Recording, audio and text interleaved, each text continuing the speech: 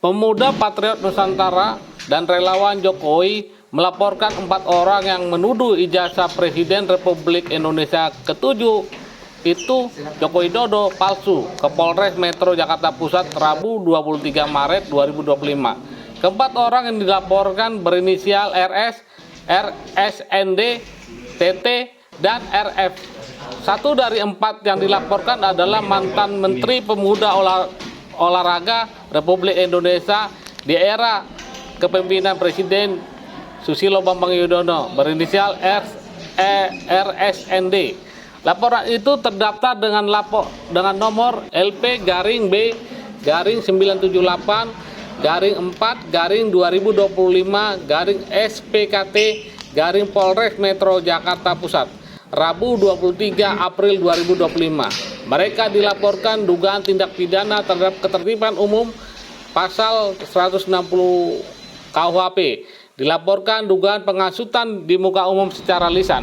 Para relawan Jokowi yang mendampingi Ormas Patriot Nusantara diantaranya relawan Jokowi Gibran Mania dan Seknas Indonesia Maju yang diwakili Wakil Ketua Umum Teddy Mulyadi.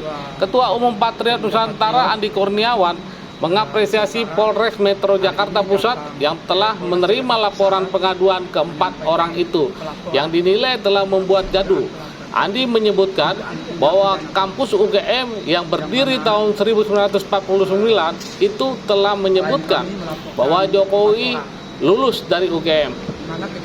Akan tetapi ke-4 orang yang dilaporkan terus melakukan fitnah dan penghasutan terhadap ijazah Jokowi yang dinilai 4 orang tersebut bodong alias palsu. Beberapa orang telah mengakibatkan kegaduhan di tengah-tengah masyarakat yang bisa kita lihat sendiri terjadi di sekitar akademika UGM di Solo, di sekitar rumah Pak Jokowi, bukan rumah Jokowi ya, tapi di sekitar.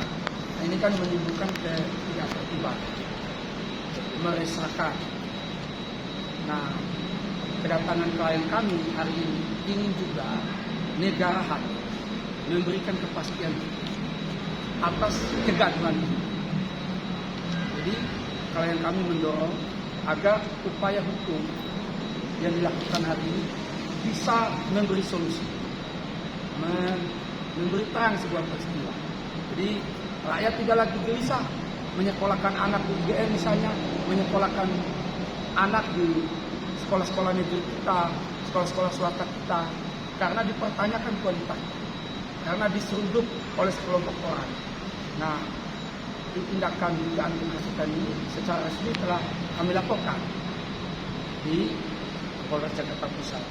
Nah, laporan ini alhamdulillah telah mendapat surat tanda laporan polisi dari Polres Jakarta Pusat. Untuk itu kami atas nama kuasa hukum pelapor menyampaikan, ada mengaku aktivis, ada mengaku ahli.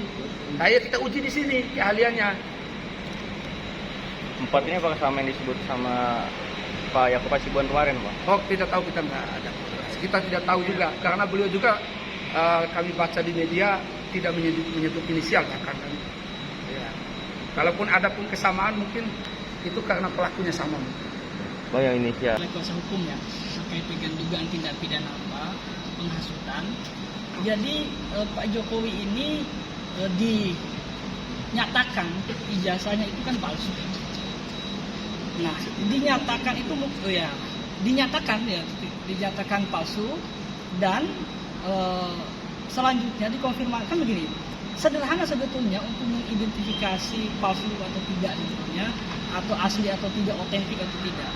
Ya, pernyataan resmi dari Universitas Gadjah Mada oleh Sivitas Akademika Universitas Gadjah Mada itu kan secara jelas gitu disampaikan bahwa Pak Jokowi itu adalah alumni dari Universitas Gadjah Mada dan punya ijazah asli.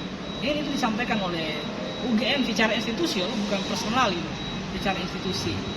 Itu disampaikan, tapi masih ada juga orang-orang yang kemudian mendorong ini menjadi isu publik bahwa ijazah Pak Jokowi itu adalah palsu gitu. Nah, Pak Jokowi itu sadar atau tidak sadar, sepakat tidak sepakat, dan terima atau tidak terima, beliau adalah presiden 2 periode yang sekarang sudah berhenti berkuasa gitu. Maksud saya alasan abang yang membuat laporan ini kenapa gitu? Gimana? Alasan abang membuat laporan Kan ini kenapa? menimbulkan keresahan, kegaduhan di masyarakat. Buktinya di UGM terjadi keributan di sekitar kediaman Pak Jokowi, dan kami juga bawa nih beberapa saksi-saksi. Kegaduhan itu pengusaha dan banyak mitra-mitra beliau yang ingin berinvestasi. Silakan. Oh ya, saya mendukung dari Saudara Andi Kurniawan untuk melaporkan kasus ini karena efeknya itu adalah soal kepastian hukum, di mana investor itu mulai ragu untuk berinvestasi di Indonesia. Dan saya mengalami itu. Jadi partner saya dari Timur Tengah, deal sebelumnya sudah oke, tapi kemudian teman saya ini mengalami keraguan. Dia bilang ke saya, apakah kepastian hukum di Indonesia ini tidak ada? Kenapa? Karena kalau dari kasus Pak Jokowi, ini hanya kebetulan saja kasus Pak Jokowi. Pak Jokowi ini 5 kali ikut pemilu, artinya 5 kali juga melalui proses verifikasi dokumen dan sudah disahkan oleh institusi negara. Jadi kalau kemudian kasus ini dibiarkan saja dan dikaji-kaji ulang, bisa jadi seperti partner saya, investor ini berpikir juga kalau dia investasi hari ini, hari ini, 5 tahun yang akan datang, 10 tahun yang akan datang mungkin akan dipersoalkan masalah kepastian hukumnya. Jadi partner saya ini ragu untuk berinvestasi di Indonesia ini. Nah, karena itu kepastian hukum di negara ini perlu hadir. Apa yang sudah diokekan oleh lembaga negara, apa yang sudah berjalan di lembaga negara dengan baik, maka publik, masyarakat, orang asing, dunia internasional menganggap itu sudah valid, sudah oke, gitu. Tapi kalau ketika itu dipersoalkan kembali, masyarakat internasional akan bertanya-tanya kepada institusi pendidikan kita, kepada lembaga penyelenggara pemilu kita, dan ujung-ujungnya kami dari pengusaha yang akan jadi korban. Para investor dari luar negeri nggak ada yang mau masuk ke negara kita.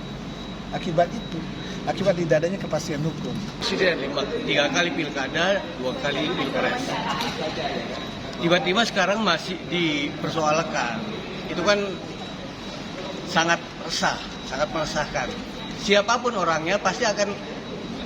Jadi kalau anak sekarang apaan sih nih? Gitu. Artinya mendukung langkah ini atau gimana, Pak? Siapa yang menuai, menanam dia yang menuai, gitu aja. Siapa yang memulai, kau yang harus mengakhiri. Siapa yang berbuat, kau harus tanggung jawab. Terima kasih.